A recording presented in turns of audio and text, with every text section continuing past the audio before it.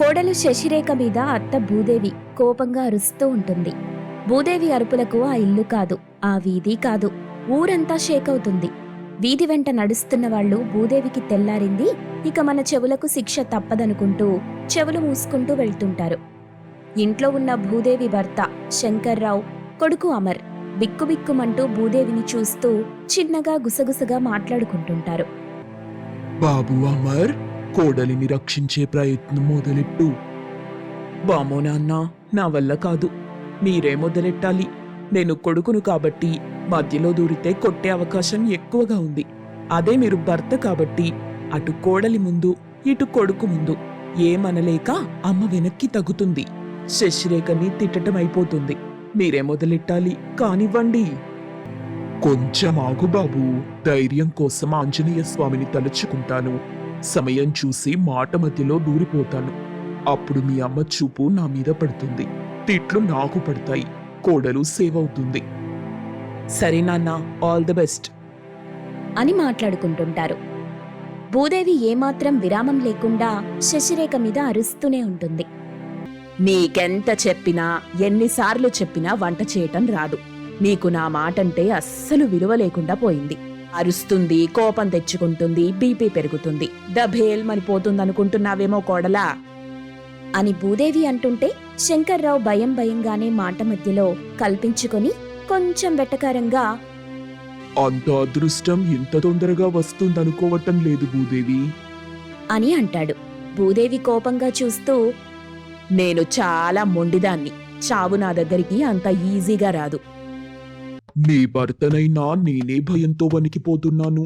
ఇక నీ అరుపుకు చావు భయపడకుండా ఉంటుందా చెప్పు అని శంకర్రావు అనగానే కోపంగా భూదేవి చేతులు జోడించి, అయ్యా శంకర్రావు గారు, నాతో కాసేపు మాట్లాడకుండా ఉంటారా? నేను చాలాసార్లు చెప్పాను, కోడలితో నేను ప్రేమగా మాట్లాడుతున్నప్పుడు తమరిలా మాట మధ్యలో కల్పించుకొని వెటకారపు మాటలు మాట్లాడొద్దు అని. తమరెక్కడ వినిపించుకుంటారు గనక. ఏంటి దేవి, నువ్వు కోడలితో ప్రేమగా మాట్లాడుతున్నావా? కోడలి మీద అత్త ప్రేమ ఇలాగే ఉంటుంది. అది మీలాంటి మగవాళ్లకు అర్థం కాదు. కనీసం అర్థం చేసుకునే ప్రయత్నం కూడా చెయ్యరు. ఇంటికొచ్చే కోడలు కూతురుతో సమానం. తన తరువాత తనలాగా తన ఇంటిని తన వాళ్లని చూసుకోవాలని, అంత ప్రేమానురాగాల్ని పంచాలని అత్త కోరుకుంటుంది. ఈ ఇంట్లో నేను అదే కోరుకుంటున్నాను. కానీ అది అర్థం చేసుకోలేకపోతున్నారు. అంతా నా కర్మ.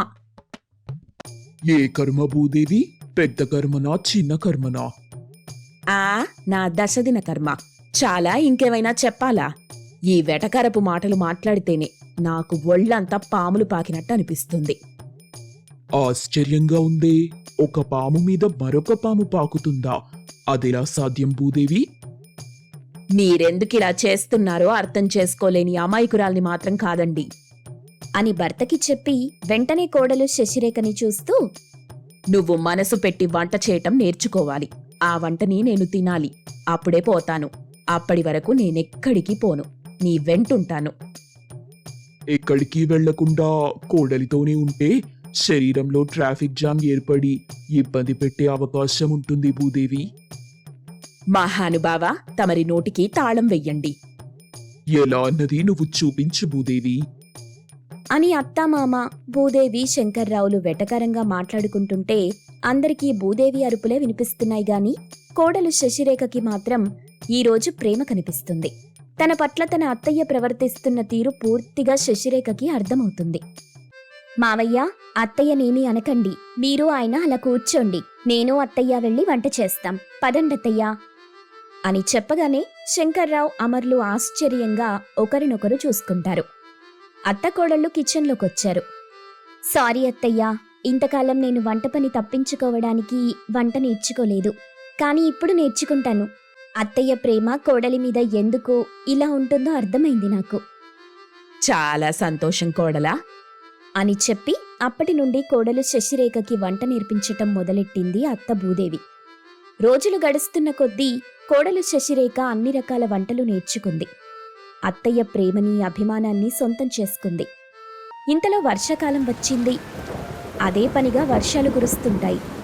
వరద పెరిగి రోడ్డు 2 ముక్కలు కావడంతో పనులు సరిగా లేక ఇల్లు గడవటం కష్టమైపోతుంది. ఇంట్లో సరుకులన్నీ నిండుకుంటాయి. ఓ రోజున జోరుగా వర్షం కురుస్తుండగా అరుగు మీద కుర్చీలో దిగులుగా కూర్చున్న తన భర్త అమర్ దగ్గరికి వేడివేడి పకోడీలు తీసుకొచ్చింది శశిరేఖ. ఈ పకోడీ తినండి. పకోడీనా? అవునండి, నేను చేసిన పకోడీ తినండి. అమ్మ వాళ్ళకిచ్చావా? అత్తయ్య వాళ్ళకి ఇవ్వకుండా మీకు పెట్టను కదా, ముందుగా అత్తయ్య వాళ్ళకి ఇచ్చాను, ఇప్పుడు మీకు తెచ్చాను. ఇంట్లో సరుకులన్నీ నిండుకున్నాయని చెప్పావు కదా శశి, మరి ఈ పకోడీ చేయడానికి పిండి, ఆయిల్ ఇంకా మిగతావి ఎలా వచ్చాయి? పోపు డబ్బాలు చూస్తుండగా ఒక పెద్ద డబ్బాలో పిండి కనిపించింది, కొంత ఆయిల్ కూడా ఉంది. అందుకే పకోడీ చేశాను. కొంత అత్తయ్య వాళ్ళకి ఇచ్చాను, ఇంకొంత మీకు తీసుకొచ్చాను. ఇలా కూర్చో శశి. అనగానే అక్కడ ఖాళీగా ఉన్న మరొక కుర్చీలో శశిరేఖ కూర్చుంది. ప్రేమగా ఇద్దరూ మాట్లాడుకుంటూ పకోడీ తింటున్నారు. నేను మీతో కొంచెం మాట్లాడాలనుకుంటున్నాను. చెప్పు శశి, ఏం మాట్లాడాలనుకుంటున్నావు? ఎలాగో వర్షాకాలం మొదలైంది, వర్షాలు పడుతూనే ఉంటాయి, వరదలు వస్తూనే ఉంటాయి, పనులు మాత్రం సరిగ్గా సాగవు. అందుకే మన ఊరి సెంటర్లో పకోడీ వ్యాపారం పెట్టాలనుకుంటున్నాను. ఏమంటారు? ఇంత మంచిగా ఆలోచన చేస్తే ఎవరేమంటారు శశి? అమ్మ నాన్నకి కూడా చెప్పు, వాళ్ళ అభిప్రాయం కూడా తీసుకో.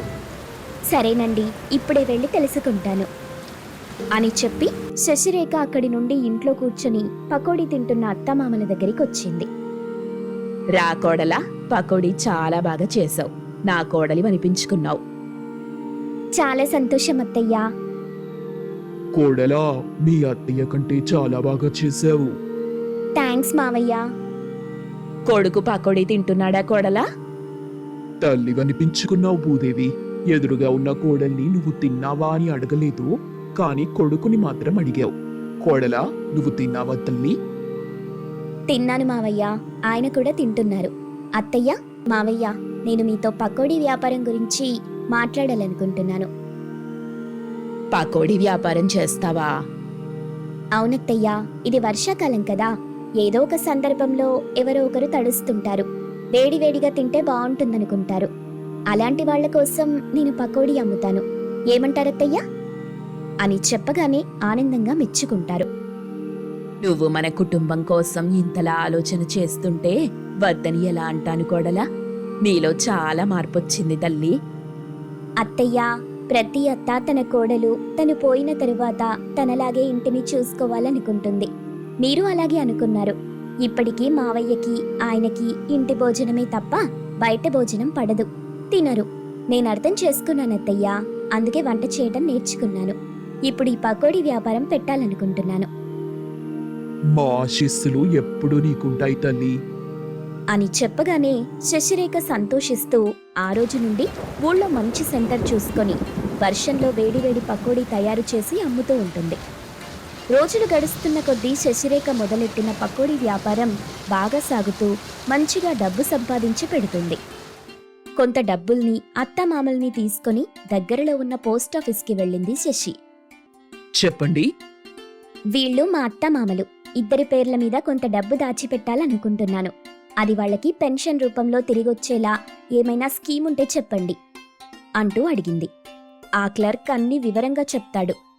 శశిరేఖ తన అత్తమామల పేర్ల మీద కొంత డబ్బుని డిపాజిట్ చేస్తుంది. అది చూసి సంతోషిస్తారు. ఇదంతా ఎందుకు కోడలా?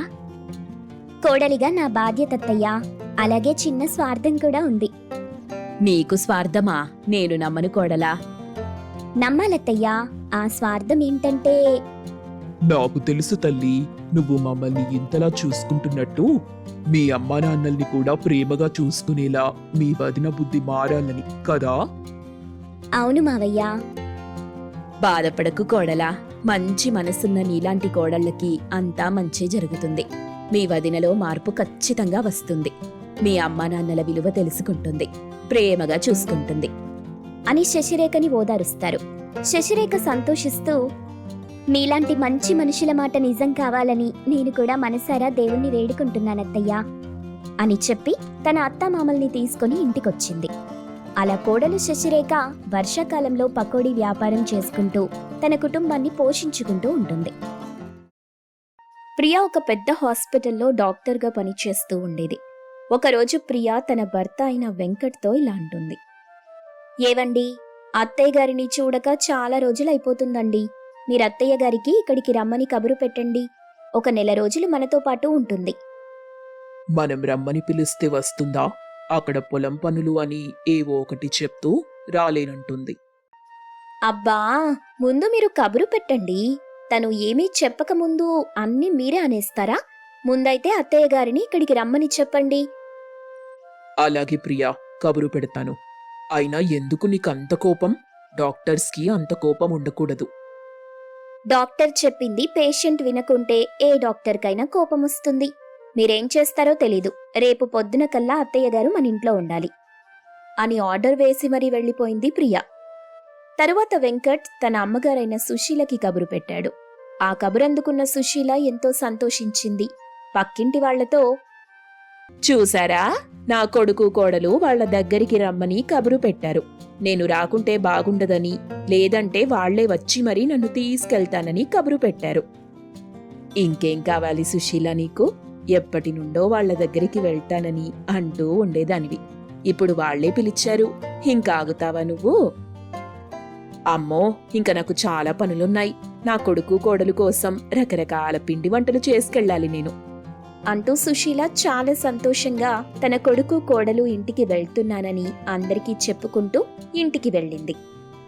ఇక ఆ రోజంతా కష్టపడి రకరకాల పిండి వంటలు తయారు చేసి పెద్ద బండిలో పెట్టుకుని పట్నంలో ఉన్న తన కొడుకు కోడలు ఇంటికి వెళ్ళింది. అత్తగారిని చూడగానే ప్రియ చాలా సంతోషించింది.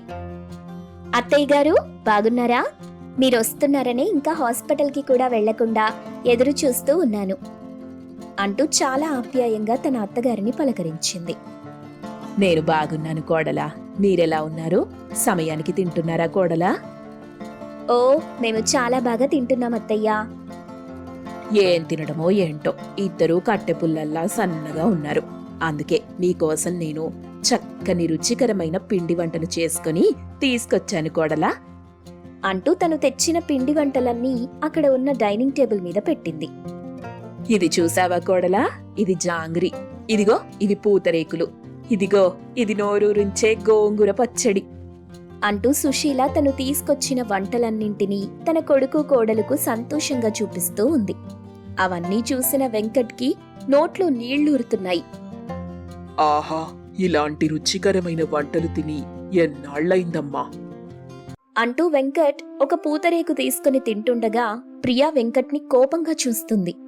అది చూసి వెంకట్ భయపడుతూ, చిచి, ఇంత షుగరున్న వాటిని నేను తిననమ్మా, నాకొద్దివన్నీ అని చెప్పి ఆ పూతరేకును తినకుండా అక్కడే పెట్టేశాడు. అది చూసిన సుశీలకి ఏమీ అర్థం కాలేదు. షుగరేంట్రా షుగరు? నీకు పూతరేకులంటే ఎంతిష్టమో నాకు తెలీదా? చిన్నప్పుడు వీటిని నెక్కర్లలో దొంగతనంగా పెట్టుకుని స్కూల్కి వెళ్లి తినేవాడు కోడలా వీడు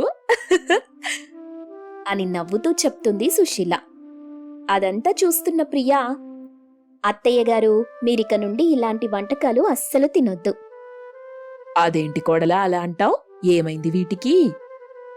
అత్తయ్య గారు, ఈ పూతరేకులో ఎంత చక్కెరుంటుందో తెలుసా? ఈ చక్కెర మనకి ఎంత హానికరమో తెలుసా? ఇదిగో ఈ జాంగ్రీలో ఎంత ఆయిల్ ఉందత్తయ్యా. ఇక ఇది తింటే ఇంకేమైనా ఉందా చెప్పండి? మళ్ళీ గోంగూర పచ్చడి.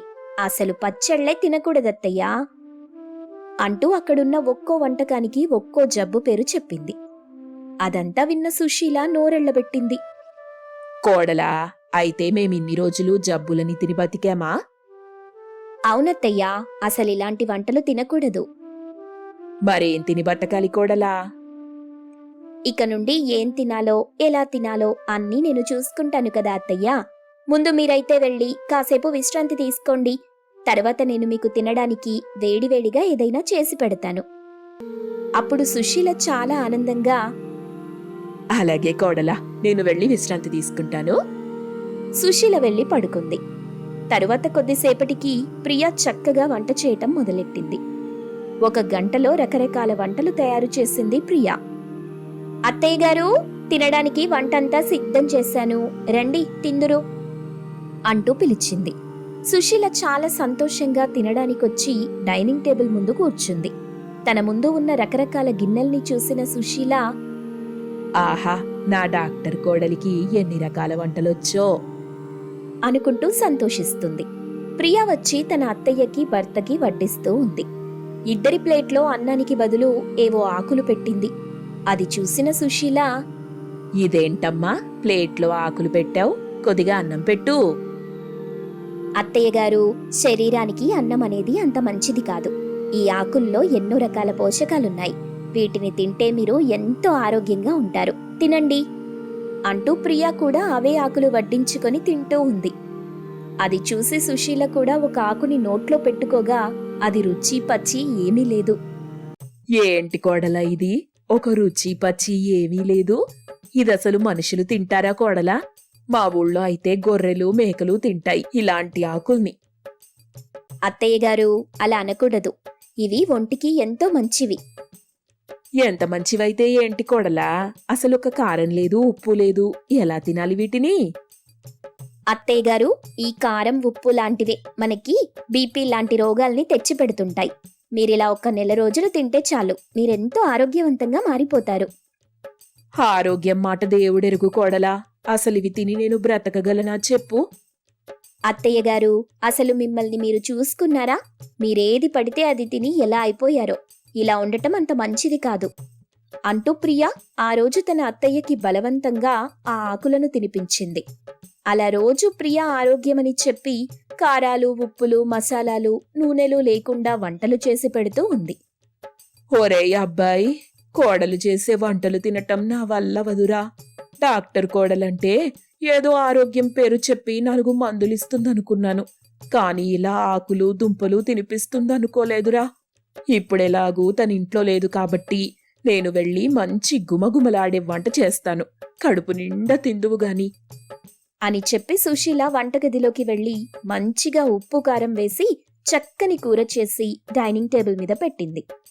ఆ వంట వాసన చూస్తూ, ఆహా ఏమి వాసన! ఈ వాసనకే కడుపు నిండేటట్టు అవుతుందిరా. ఎన్ని రోజులైపోయింది ఇలాంటి భోజనం చేసి అనుకుంటూ ప్లేట్లో కొద్దిగా భోజనం పెట్టుకుంటూ ఉండగా అప్పుడే ప్రియా ఇంటికొచ్చింది. డైనింగ్ టేబుల్ దగ్గర కూర్చున్న వాళ్ళని చూసి, ఆ వంటలు చూసి, అత్తయ్య గారు, ఏంటి మీరిలా?